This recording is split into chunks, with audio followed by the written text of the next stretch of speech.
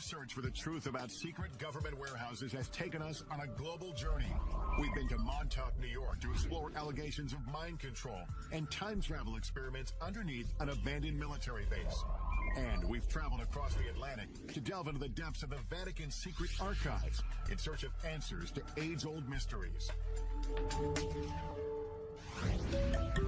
As our investigation deepens, we check in at our nation's capital, where we are still looking for answers and access. We made that request via fax 4 weeks ago, and we haven't heard anything back. We would love an opportunity to go to the facility and tour it. For weeks, we've been calling the Air Force, requesting permission to get inside Wright-Patterson Air Force Base in Ohio, and what may be the most secure military base in the United States, the legendary Area 51. Oh, you've never allowed visitors out there?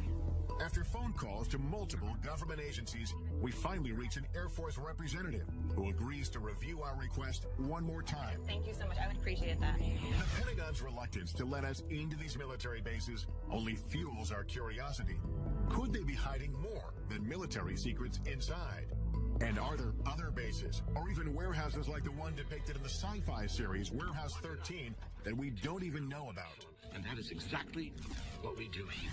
Take the unexplained, and we just safely tuck it away in this supersized Pandora's box. Washington insider John Podesta says the idea of a central warehouse is a myth. There's, of course, not one single place that the classified information is distributed across the country and across the globe. Could there be military bases we don't know about? Could there be places underground? Well, if we don't know about it, how do we know? Officials at Wright-Patterson Air Force Base decline our request for an interview. But we are able to speak with Congressman Michael Turner, who represents the Dayton, Ohio district where the base is located. Wright-Patterson Air Force Base is known as the largest Air Force base in the world. It has over 20,000 people who work inside the fence, largely in research and development. It has been involved in every plane for the military, starting with the Wright brothers plane, going straight through to stealth. Turner acknowledges Wright-Pat's classified research has inspired theories about extraterrestrial technology stored on base. Whenever you have a base that's 8,000 acres and only 10 planes, there's a lot of research and development that's going on, and there's a lot of speculation. Speculation fueled in part by Wright-Pat's role in the infamous Roswell incident of 1947. The government has issued at least 4 different official explanations about what actually crashed in the New Mexico desert. And while theories may vary, certain facts are indisputable. A declassified FBI memo dated July 8, 1947, indicates the wreckage purporting to be a flying disc was secretly flown 1,500 miles to Wright Field by special plane for examination. After the Roswell incident, Wright-Pat became home to Project Blue Book, an official government investigation into UFOs. Well, I think people who were interested in UFOs certainly looked to the Air Force to have some kind of greater knowledge about what had occurred than merely those who had witnessed them and what their beliefs might have been. The Air Force investigated more than 12,600 UFO sightings. 700 of them remain unexplained when the government terminated the project in 1969. UFO author Donald Schmidt says Blue Book was flawed from the start. The true hardcore cases were going upstairs, we're going above Blue Book to something that we'll never know about. Retired Air Force Captain Robert Collins spent 22 years in the military, 6 of them at Wright-Pat. I had a top secret SCI, or Special Compartment and Information Clearance. Honorably discharged in 1988, Collins says he has come forward because he wants the military to stop covering up the secret UFO research he believes it has been conducting at Wright-Pat for decades. It deals with all the black programs that the Air Force has, including all the classified super secret reverse engineering programs for UFOs. There are witnesses who support Collins' claim and say they had access to extraterrestrial evidence on the base. According to one account, officials at Wright-Pat revealed the Roswell wreckage to an elite group of men from the prestigious Air War College who were sent there on assignment. Among them was a lieutenant colonel named Marion Magruder. He said they were trying to determine whether they were going to make public something that had recently happened.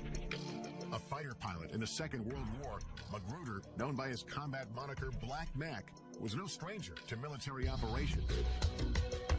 But this mission was unlike any other. It was so highly classified, he only revealed it to his family 50 years later when he was dying. He said, I want to tell you that we're not alone. Magruder spoke vividly of a shocking encounter with an extraterrestrial being. I had quite a bit of empathy for him, and he said he was more humanoid than alien, but he had a much larger head, larger eyes, long, slender arms, thin little legs. He appeared to my father to be very sad.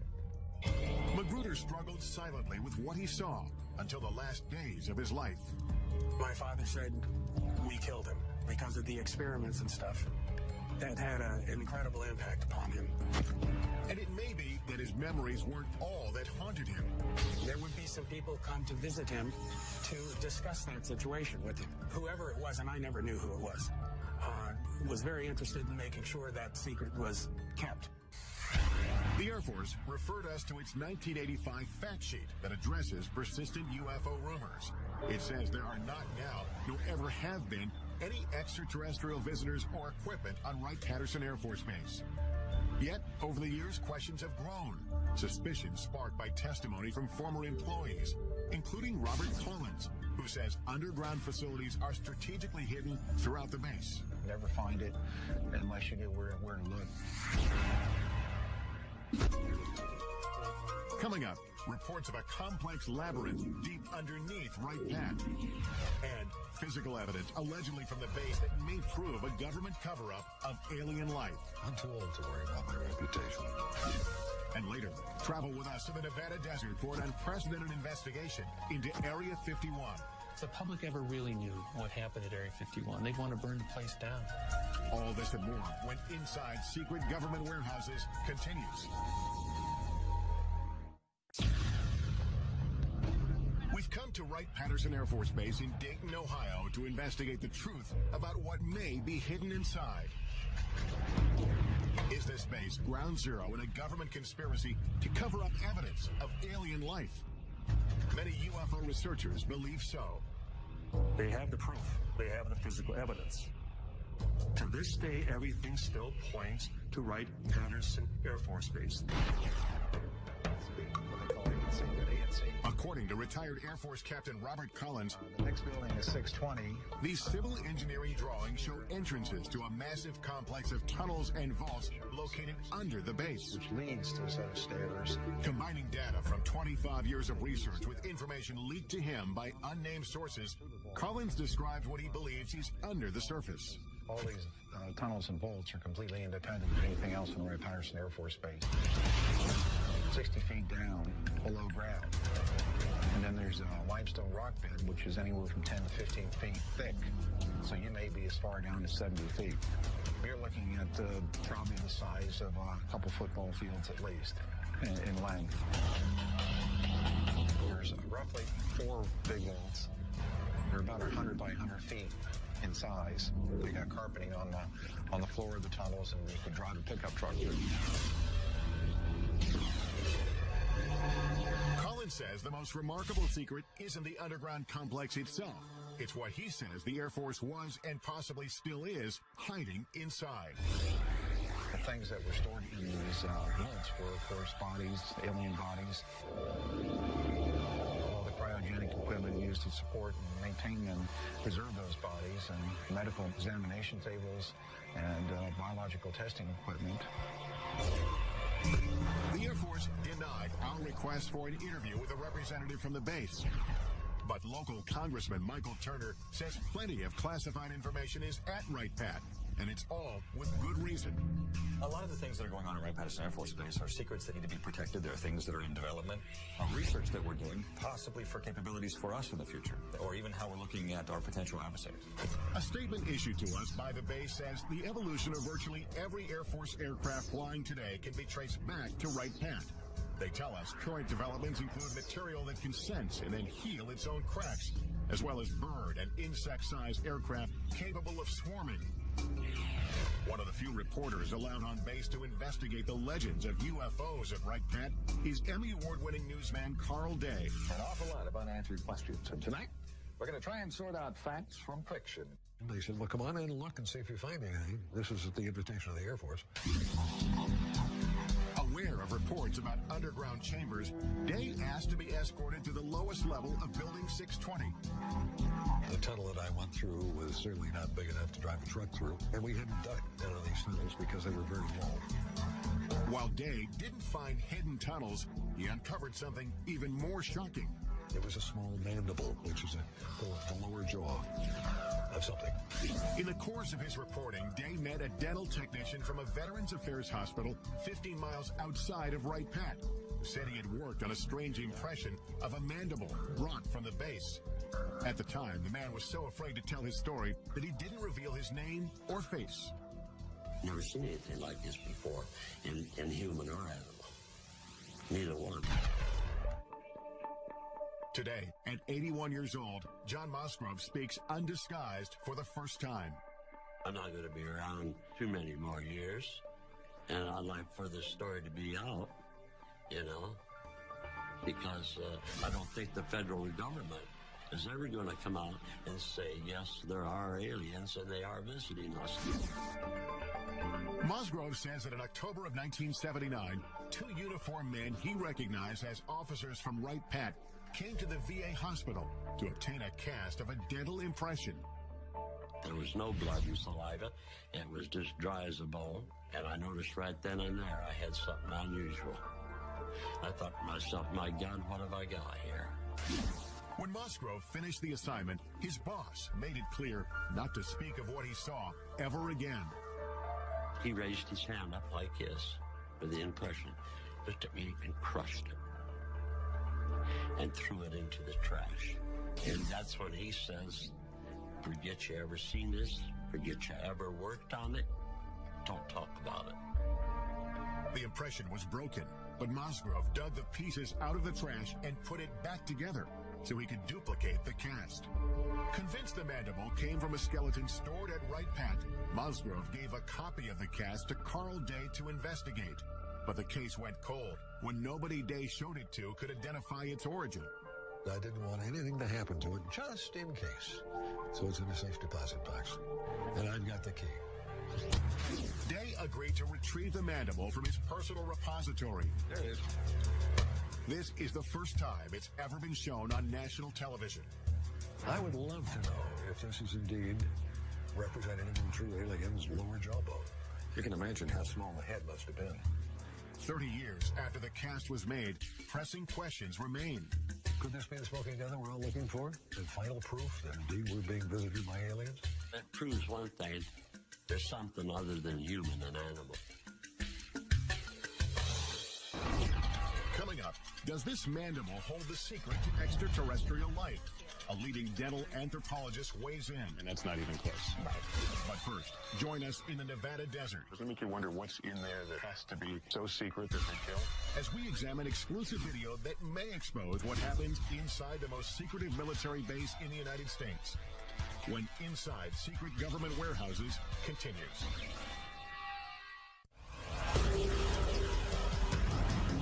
Our global journey leads us to one of the most mysterious military facilities on Earth. The legendary Area 51. Area 51 is a black facility, which means it was created to deny its very existence. You can't even approach it. It's so heavily guarded. So it's really hard to know exactly what the government is doing. Government secrecy surrounding Area 51 has made the base so notorious that it's even depicted in blockbuster movies like Independence Day. In the film, Area 51 is portrayed as a massive UFO research complex, complete with flying saucers and alien bodies. After repeated requests for access to Area 51 or a representative, were turned down. May I ask why we're being denied access? The Air Force issued a statement saying the area is used for testing and training for operations critical to the effectiveness of U.S. military forces and the security of the United States. And some specific activities and operations, both past and present, remain classified and cannot be discussed. Undeterred, we hit the road to find out as much as we can without breaking the law. I'm now driving through the Nevada desert a couple hours north of Las Vegas, heading to the legendary Area 51, a place that perhaps holds some of this country's biggest, deepest military secrets. And what exactly goes on there has been the source of a lot of speculation. As local tourism shows, most of the speculation centers on extraterrestrial projects. Reports of warehouses dug deep into the mountainside. There's some sort of earth-moving activity taking place in that area. Where some claim scientists are conducting reverse engineering on alien spacecraft. That was hundreds of thousands of years ahead of our technology. And most shocking of all, potential evidence that may confirm extraterrestrials exist and may have been held on the base. All claims we'll look into in the course of our investigation here. Area 51 has been veiled in secrecy since its inception. Established in 1955 as a covert test site for the U-2 spy plane, its purpose was to hide military projects. It was a place that was preoccupied with maintaining total secrecy. And secrecy then became its mission. The remote desert location, labeled number 51 on this 1950s map, seemed to be the perfect place for a black facility. But as the base infrastructure and activity grew, information began to leak out. The U-2 spy plane, the SR-71 spy plane, various stealth aircraft were all tested at this facility. And everything that we can see from the ground and the air indicates that this base is for aircraft testing. Despite full-scale Air Force operations on site, the government refused to acknowledge its existence. Not just initially, but for 40 years. Area 51 investigator and guide Glenn Campbell has been studying the facility since the early 90s. It was sort of like going to a drive-in movie. You could drive up and look down on the secret base that the government didn't acknowledge. I'm going to meet up with Glenn Campbell. Glenn and I first met up 16 years ago when I came out to this same desert trying to get answers about Area 51. This new point we're heading to is Freedom Bridge. In this report I did back in 1994, we simply drove up a nearby peak and the entire facility was revealed. From our mountain vantage point, Dreamland is a collection of unremarkable buildings. Today, the military has expanded control over land around the base. A long time. So getting a good view won't be as easy. More we'll be able to see today. Well, from the ground, we're not going to be able to see much. And I know you brought some so we have satellite photos. Increasingly better satellite imagery over the years. Some of the stuff is incredibly good. Look at these runways and things. It's still the best way to see it is from overhead. Yeah, the security of this place is part of the intrigue. That's what continues to raise the level of curiosity and even conspiracy theories. The security here is intense. Look around. It's a good place to hide. You know? It's a damn fine place to hide. Area 51 first gained public attention in the late 80s with an explosive claim made by a physicist named Bob Lazar. He said he'd been working on a top-secret project to reverse engineer alien spacecraft at a classified location near the base. He says, no, John, he said, I was in it, I touched it, it's real, it's E.T., it's nothing that we could have produced. Bob Lazar declined our request to be interviewed for this program, but referred us to his good friend John Lear, a retired pilot who flew missions for the CIA. I was the guy that exposed Area 51. Lear says he pushed Lazar to do a television interview revealing the government cover-up of alien technology. He said, yeah, just as long as I do it in shadow.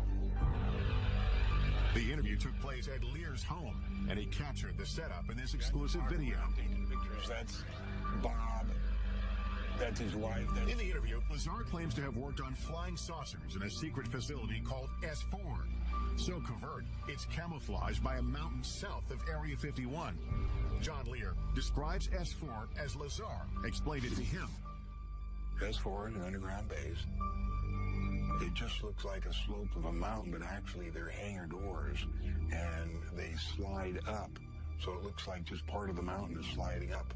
Then it would lead into a laboratory, and there was a set of hangars there. 9 hangars all together, and there was a flying saucer in each different one of them, and they were all different.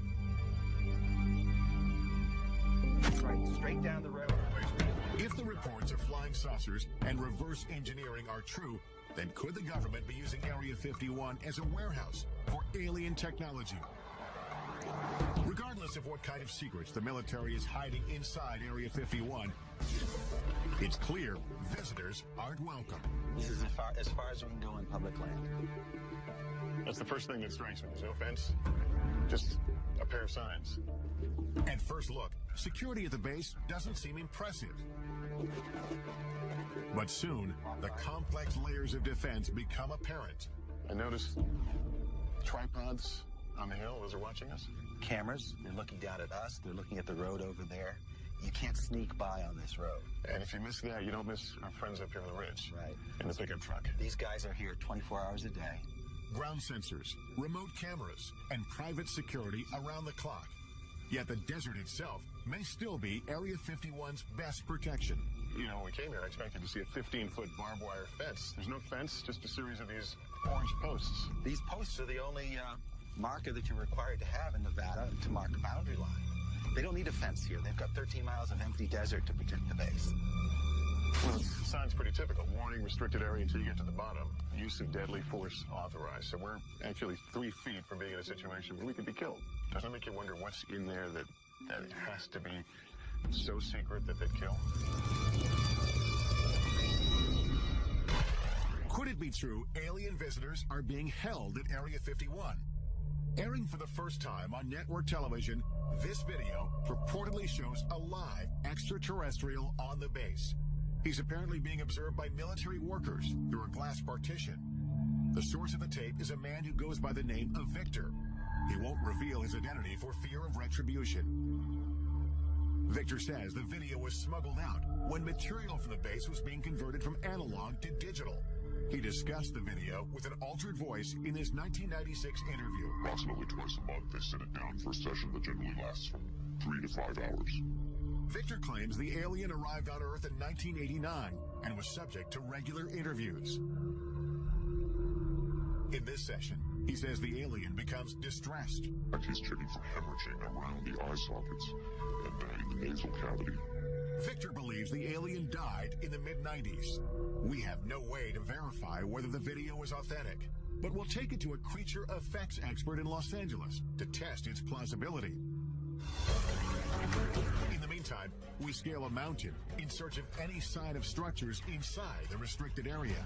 The point is to hug these orange markers. I haven't seen the orange markers. There's but we know the orange markers are to our right here. We're losing daylight and only have orange posts to guide us. One wrong step into the invisible border means we could be arrested. I see a structure off in the distance. What are we looking at there? That's the actual guardhouse. That's the actual gate within the Nellis Range. So if you were to keep driving on the road past those signs and you got to that guardhouse, you'd be arrested immediately. We continue to climb upwards until we can't go any farther. Well, this is as high as we can get. It looks like we're at the end of our journey because I see what do you call them, camo guys? Yeah, the camo dudes. There, that's some orange markers here. This is as far as we can go. This is where the border changes. I think our only option is to get in the air during daylight, and maybe I'll be able to get a glimpse and get some idea of what's in Area 51. But we're going to need daylight and a chopper. Coming up, join us in the skies above the Nevada desert as we take you as close as you can get to the most infamous military base in the country. They now know who we are and where we are. That's correct. Is Area 51 the epicenter for a cover-up of alien life? Or is the base concealing earthly secrets that are much more disturbing?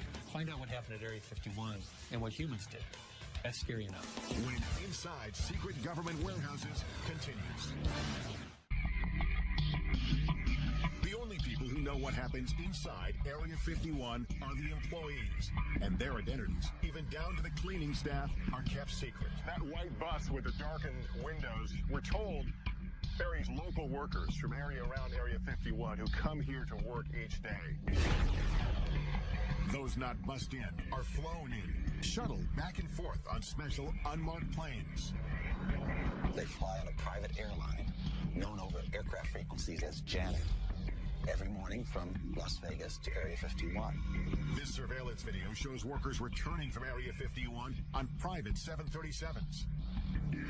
These are jets without any company markings. They just have a red stripe down the side. Signing on to work at the base means agreeing to a covert lifestyle. No one can even admit that they work there. Jonathan Turley, a litigator in national security cases, first learned about Area 51 in 1994 when he was contacted by employees who were gravely ill. You're basically told to go die. And they weren't supposed to talk to a lawyer, and they weren't supposed to talk to a doctor. Despite having signed non-disclosure agreements, some workers told Turley they'd been exposed to toxic materials on base. One of them was a sheet metal worker named Robert Frost. He couldn't tell the doctors where he was working or what he might have been exposed to. They could have put him in jail for it. In 1994, I conducted this interview with Frost's widow, Helen. She told me about the first day her husband came home with symptoms. He walked in a door, and he was screaming. I looked at him. His face was bright red, and all the skin was peeling off of his face. Turley filed a lawsuit accusing the military of poisoning Area 51 workers through blatant negligence by recklessly disposing of hazardous waste.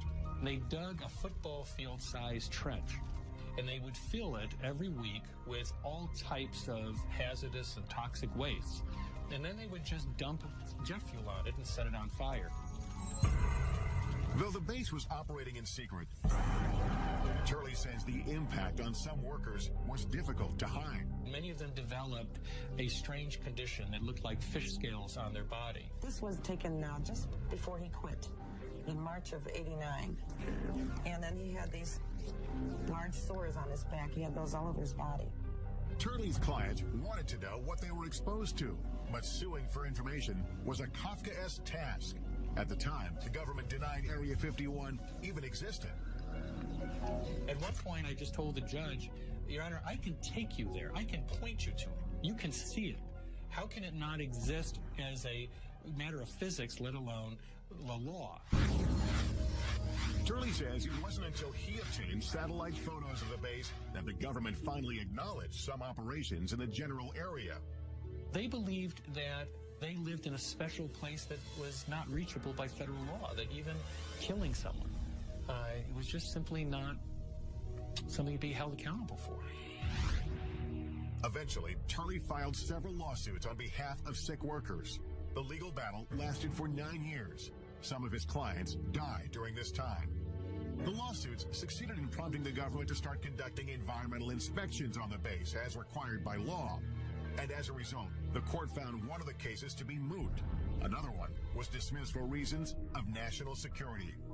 In the end, Turley's clients got no answers, and disclosure of the legal inspections prompted by the lawsuit was deemed subject to a presidential exemption.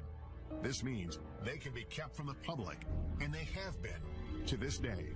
This is a failure of immense proportions. It goes not just from the Air Force command at the facility, but extends all the way to the president himself. These were Americans. They had to be protected from their own government. Turley says all the stories about aliens at the base have provided the military with an ideal smokescreen. If everyone's looking for some galactic presence, they're not looking down on Earth for simple crimes.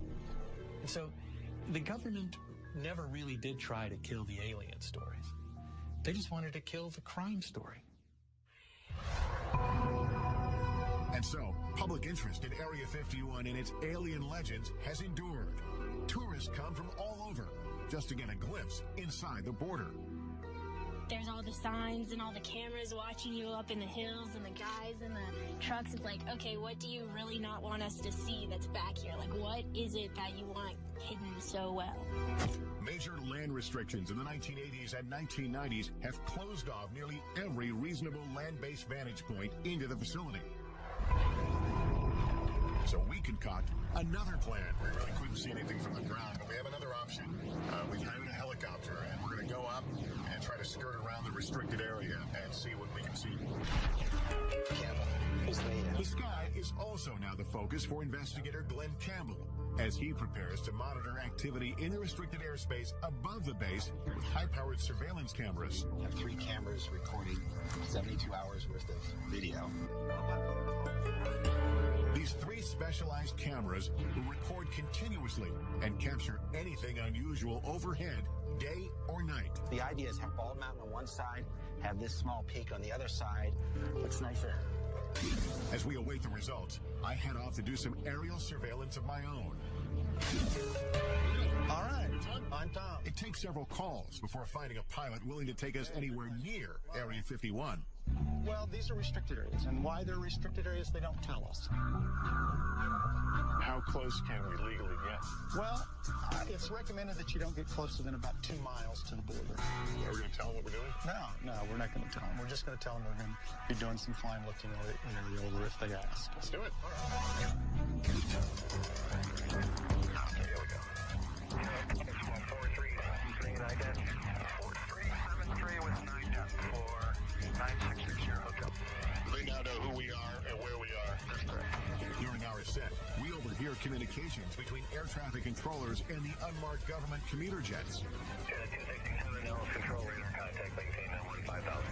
That airplane he's talking to is one of the airplanes, like an aerial bus service. Once we've flown over the highest mountain, Area 51 creeps into view. I can actually see it from here. We're probably about 10 miles from the border. But just as soon as the base is within sight, a warning comes over the radio. Helicopter 9660 Hotel, you familiar with that restricted airspace 3 miles to your west? 960 Hotel, affirmative. I'll be turning now. I won't get any closer than 2 miles to the restricted airspace. Copy that.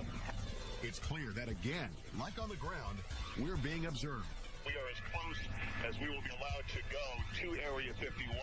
This place is so restrictive that we legally can't even point our cameras in the direction of the base. We're at a little over 8,500 feet. It's a beautiful, clear day. This is absolutely the best view that anyone will be able to get of Area 51 from outside the restricted zone. I'm going to be able to tell you what I see as I look out. There are 2 what must be very, very large buildings, aluminum roofs. They shine very brightly. I can only surmise that they are hangars of some sort. There are a number of lower-lying buildings. All of it seems to be along the edge of a dry lake bed. There is what appears to be a very long runway. Our investigation has revealed as much visible evidence of the base as legally possible from the ground and from the air. I'm guessing they're a little more comfortable when we're leaving this area.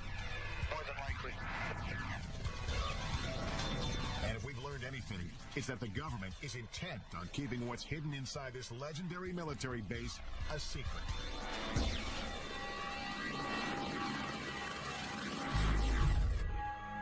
After 72 hours monitoring the sky, our video surveillance captures some anomalies. An eerie desert storm sweeps through the area. A bright light floats along the horizon after dark. And then we discover this glowing disc in the corner of the screen. Upon examination, the light turns out to be a car driving on the desolate road. The disc, however, remains unexplained. Campbell says it could be the moon. When you come to the desert and you look up at the night sky, you see more stars than you would ever see anyplace else. When you look up at all those million points of light, you gotta be crazy to believe we're alone in the universe. Coming up, our investigation continues as we travel from coast to coast to analyze the evidence we've discovered on our journey. What will the purported alien interview video from Area 51 reveal? And could this mandible support theories of extraterrestrial life? It's like nothing I've ever seen before. Answers coming up next on Inside Secret Government Warehouses.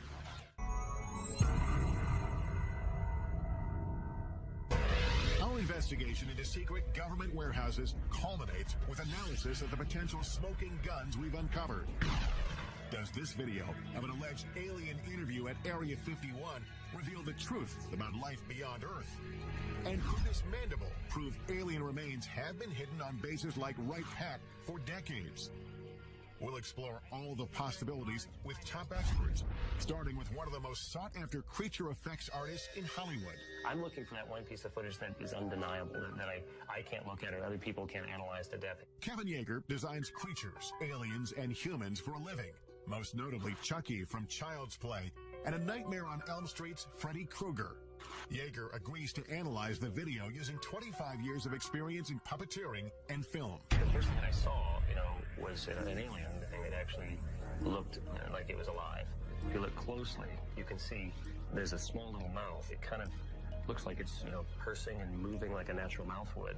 It's got big doughy eyes. It's got a big head, and it moves in a pathetic way, and you want to take care of it, and suddenly your heart is involved. Just as Yeager starts to identify with the alien, he spots questionable movement. There's some quick, jarring movements. Every now and then, see this little jerk bobblehead that happens here. Right there, it's kind of a jerk bob, and the shoulders move as well. A telltale sign, he says, that the alien is a puppet. It's the head movement that tips Yeager off, and he uses this animatronic doll to explain. Now, if you go slowly, like it was first moving very slowly, you could kind of take all the bobbles out. But then once you begin to get kind of tired or go into his sick state, you begin to wiggle and jiggle like this, and then that's when it kind of gives it away. But when dealing with a life form we know nothing about, Yeager admits anything is possible. Maybe the atmosphere here is different and the pressure, and they can't handle it, and the gravity, it is too hard on them, so they do bobble. Still, Yeager says it looks like the setup is hiding something. The darkness of the videotape, the fact that the alien is sort of back behind a desk, I believe that is to obscure a possible puppeteer behind there. Yeager thinks the alien and the video are a hoax. But he says it wasn't a bad try. There's certain organic elements to it. I can totally see why people would think this is real. Hoaxes do nothing but undermine efforts to get to the truth. With that in mind, we head to New York City to visit NYU dental anthropologist Shara Bailey. She has been studying the mandible we obtained during our investigation at Wright-Patterson Air Force Base. The jaw shape is what struck me first, because the shape of this jaw is very narrow in the front part, and then it kind of dips in here, and then it's very wide in the back. And this is very unusual for a primate. It makes this curve and then comes out. Yeah, it's kind of like an S curve, I guess you might call it. And certainly our teeth and jaws don't do that. No, they don't. Dr. Bailey has 2,000 primate casts, one of the largest collections in the nation. And she's compared the mandible to every single one. Can you say with any fair amount of certainty that this is not from a primate? Yes, I would put my career on it that it's not from a primate. Although Bailey can't match the mandible to anything she's ever seen, her examination of the cast does reveal new information. The cast was made from a skeleton. And this is of a living person. You see the gum? Yeah, you can see the gum, and you actually can't see the gum here. The creature lost its teeth after it died. And there are also crypts. You can see that where the teeth might have been. The remaining teeth show it was an omnivore. It's something that eats both flesh and vegetables. And dimensions of the jaw indicate the size of the creature itself. This is a macaque, but it has a jaw similar in size to this. And so whatever this creature was, it was the size of a small dog. And the skull size would be similar as well to match this? Yeah, there's a very good correlation between jaw size and skull size. The cast has some characteristics that strike Bailey as peculiar, including signs of being scraped with a tool. It's definitely been modified, so that I can tell you. Whether it's authentic and it was modified for some other reason, it's very hard to tell. She also questions the apparent human-like dental pattern, which could disprove the notion that the cast came from an alien skeleton. Listen, we're an alien that evolved on a different planet, totally separate from us. Why would we ever expect it to have the dental pattern, the same number of teeth, and the same types of teeth as a human? It's very odd. If, in fact, this came from another planet, how would you begin to really compare it to find out what it is? All I can do is compare it to living things on this planet. This mandible is not of any creature that comes from our Earth, that's for sure. This alleged alien artifact tied to our nation's most complex Air Force base may be just the tip of the iceberg of what the government doesn't want us to know. Could this be one of the many secrets locked away in classified government warehouses around the globe? And is there a real Warehouse 13?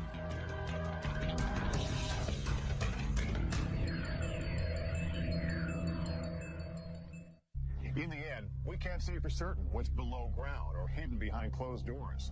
What we do know is that there will always be information those in power don't want us to know about. And as a society, we have the right and the responsibility to keep asking, to keep pushing, to discover what they don't want us to know and why. I'm Lester Holt. Thank you for watching.